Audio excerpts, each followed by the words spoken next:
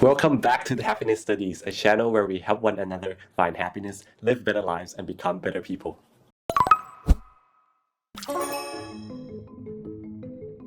Life is a system, and depression is a sign or byproduct of a system that is not working. In our previous videos, in a series of the 10 things that have helped me overcome my depression, we study many aspects within this system. We talk about how depression is about allowing our negative thoughts to dominate our life. We talk about how depression is about being a bad companion to ourselves. In this video, however, we are going to talk about two more areas which play pivotal roles in deciding if you are or not depressed. And as these two areas have helped me to finally stop feeling lost, stuck, and powerless and begin to feel excited, alive, confident, and happy about life, I hope what we are going to talk about today will also help you do the same. And the two areas are, first is purpose, or the importance of having something that we want to live for in life, and second is self-esteem. So what are we waiting for? Let's get started. Having something you want to live for. Elon Musk once spoke about this personal goal for space travel as follows. There have to be reasons that you get up in the morning and you want to live. Like, why do you want to live? What's the point? What inspires you? What do you love about the future? And if we're not out there, if the future does not include being out there among the stars and being a multi-planet species, I find that it's incredibly depressing if that's not the future that we're going to have. What Elon Musk highlights here is the importance of having a purpose or a reason why we want to live. Because without it, our life by default becomes incredibly boring, uninspiring, and downright depressing. For this reason, we must have an inner lighthouse to guide us towards where we want to go in life. We must have a purpose, a sense of direction, and a destination in life, inspiring enough to pull us forward and make us want to live. So the way I adapted this advice to find my purpose is as follows. The first step is to spend as much time as you can afford collecting everything that you want in life, even the smallest things. In my own experience, I have spent around 3 days listing everything that I want in life down, and I got around 100 plus items on my Google Doc. By the way, the list is ongoing, so I have been updating it since then until now. After you feel your list is complete, the second step is to categorize and prioritize them into 5 things which you can focus on.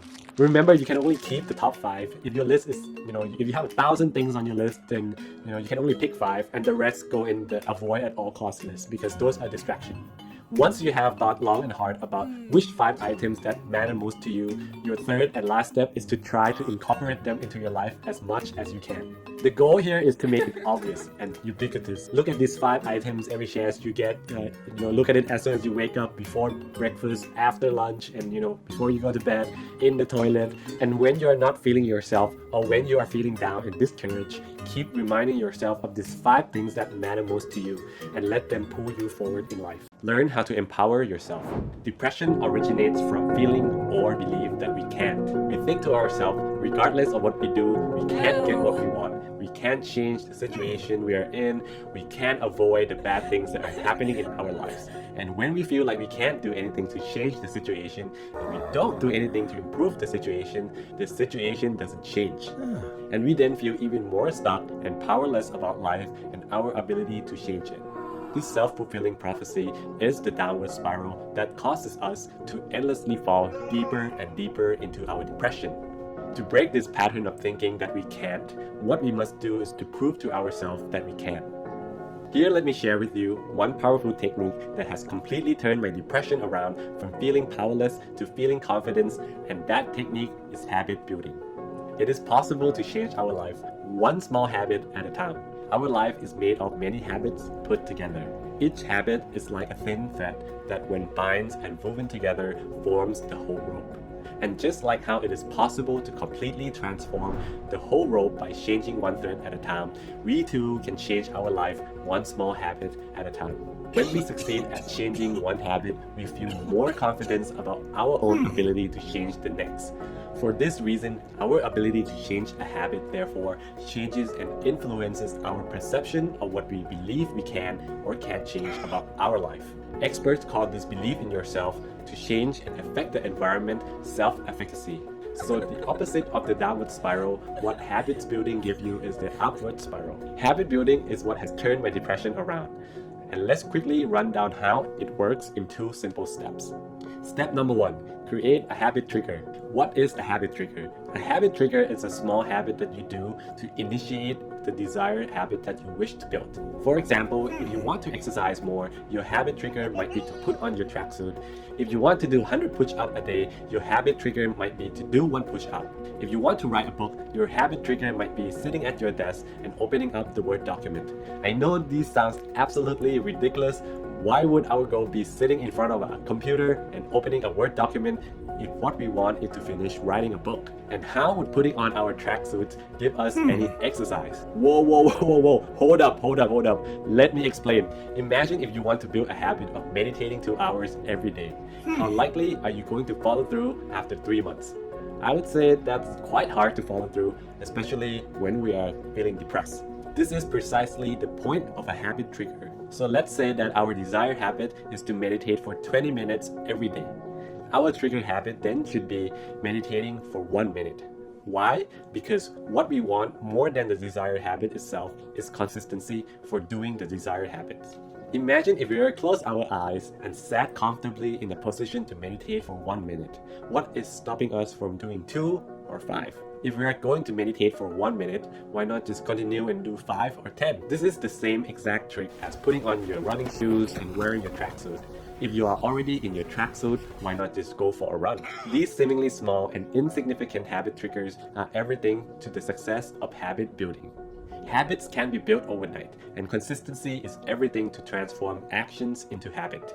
So by creating habit triggers that is too easy to not do, habit building becomes first, easy to get started, second, easy to stay consistent, third, less prone to failure and disappointment, and fourth, it is fun and easy to do, thus easy to associate the feeling of accomplishment to the desired habit. Changing your life one habit at a time is how we can slowly create the necessary momentum to not only get ourselves out of our depression, but also to build more confidence in ourselves. Second step, change your habit triggers with a cue and a reward. The goal of building a habit is automaticity. Automaticity is simply a fancy way of saying that you can do the desired habit effortlessly without needing to push yourself to do it. It is when the desired habits become second nature. The way we achieve automaticity is by slipping our habits trigger between a cue and a reward. Cue plus habit trigger plus reward equal habit building. A cue is a habit that already exists in your life. For example, I do my gratitude exercise as soon as I wake up in the morning. Waking up in the morning is my cue. I meditate right after I shower. Showering is my cue. And I work on the script of this video after my dinner. Walking upstairs after my dinner is my cue. Chaining a habit trigger with an existing cue is how you can make any new habit flow naturally into your life.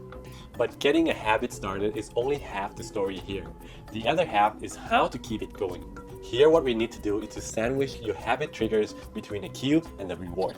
The pitfall of our modern society is how easy it is to reward ourselves without working for it. Here to counteract this tendency to reap the reward before putting in the work, what we need to do is to intentionally make ourselves work for the thing that we want in life. Let me give you some small examples that have worked for me. I usually enjoy checking and playing on my phone as soon as I wake up. So what I did is to refrain myself from touching my phone until I follow through with my morning habits. So getting to playing on my phone is my reward for doing my morning routine. Watching YouTube on Netflix is my reward for working on this video. These are some examples of how you can bundle your rewards with your desired habit. Here, the two most important characteristics for a reward when building your habits are first, it must be immediate. Second, it must be satisfying enough for your mind to be drawn to do the habit next time around. Please make sure all your rewards have these characteristics or else it will not work. If you do it right, your mind should anticipate and jump immediately to the rewards as soon as you see the cue. J.K. Rowling once said in the commencement speech she gave at Harvard University that achievable goal is the first step to self-improvement. The principle behind these two steps of habit building is exactly that. When we set achievable goals for ourselves and we follow through with it, we feel accomplished and empowered by the fact that we have done it. This small achievement is the testament which tell us and prove to us that I can. This is how I have turned my downward spiral into an upward one. Again, the only way habits become habits is that you consistently do them. Learning about how to build a habit doesn't build any habits, so please put them to work. If you are curious about how or where I learned my habits building, I learned it from these two books. The first book is Atomic Habit, an easy and proven way to build good habits and break bad ones by James Clear. And the second book is The Power of Habit, Why We Do What We Do in Life and Business by Charles Duhigg. I have put the link in the description below if you want to order them. Conclusion: depression is about allowing our negative thoughts to dominate our life. Depression is about being a bad companion to ourselves. And as we have discussed in this video, depression is also about not having a purpose worthy and inspiring enough to live for. Living a life without a purpose is a perfect recipe for depression, since it's left us with no reason to go on. For this reason, it is imperative that we are constantly on the lookout for one. We also talked about how depression is about feeling powerless. This powerlessness is the belief that we are stuck and that we can't do anything to change or influence our life. Depression feeds on that feeling because the more powerless we feel, the more depression becomes real. And to break out of this pattern, therefore, what we have to do is to prove our depression wrong. And we do that by taking small steps to change our habits. The steps to building a habit is to pick a habit trigger too difficult to fail, chain it between a cue and a reward, and follow through. This is how we can empower ourselves and slowly but surely turn our life and depression around one habit at a time.